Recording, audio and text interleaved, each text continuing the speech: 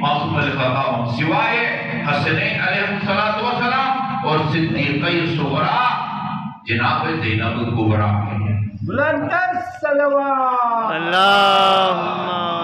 صلی علی محمد وآل محمد۔ دو روایتیں میں نے آج آپ کو سنانی ہے۔ ایک روایت یہ ہے جو میں نے وہ ابتدائی کلام میں عرض کیا ہے، اس میں رسول خدا نے فرمایا من اخلص للہ 40 یوما یا صباحا جرت الحکمت من قلبہ علی لسانہ،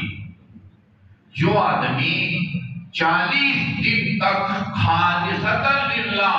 اللہ تعالیٰ کی عبادت کرے، اس کی عبادت میں غیر خدا کی شرکت کا شائبہ تک جو ہے نا وہ نہ ہو، بڑا مشکل کام ہوتا ہے۔ جرت الحکمت، اس کا کیا نتیجہ نکلتا ہے یا اس کا کیا صلہ دیتا ہے اللہ تعالیٰ اس بندے کو؟ یعنی عام طور پر علم حاصل کرنے کی جو ذرائع ہیں اس دنیا میں، اللہ جب ہم اس دنیا میں آتے ہیں تو خالی ذہن کے ساتھ آتے ہیں نا، واللہ اخرجکم من بطون امہاتکم لا تعلمون شیئا، اللہ تعالیٰ نے تمہیں جب وہ رحم مادر سے ماں کے پیٹ سے نکالا، لا تعلمون شیئا، یہ عام لوگوں کی بات ہو رہی ہے، عام لوگوں کی، تمام انسانوں کی بات نہیں ہو رہی ہے۔ امام زمان اہل سنت کے سب سے اول کے صوفی ملا جامی کے مطابق امام زمان رضی اللہ تعالیٰ فرشت حضرت شریف نے وہ ولادت سے پہلے قرآنی آیات کی سوروں کی تلاوت کی،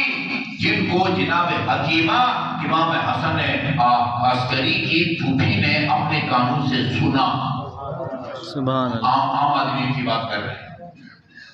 عام آدمی جب اس دنیا میں آتا ہے، اخرجکم من بطون امہاتکم لا تعلمون شیئا، تم کچھ نہیں جانتے تھے، پھر اللہ تعالیٰ نے حصول علم کے لیے تمہیں اوزار دیے، فجعل لکم السمع والابصار والافئدہ، پھر خدا نے تمہیں آنکھیں دی، کان دیے، دل دیا، کان کے ذریعے اساتذہ سے سنتے ہیں، سن کر پہاڑے یاد کرتے ہیں، بے یاد کرتے ہیں، جی اے بھی یاد کرتے ہیں، پھر آگے قرآن پڑھتے ہیں، حدیث پڑھتے ہیں، ڈاکٹر بنتا ہے، انجینئر بنتا ہے، پائلٹ بنتا ہے،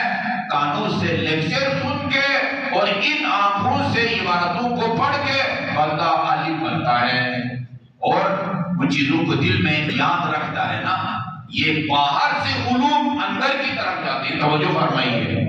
عام نظام قدرت یہ ہے کہ علم باہر سے کان کے ذریعے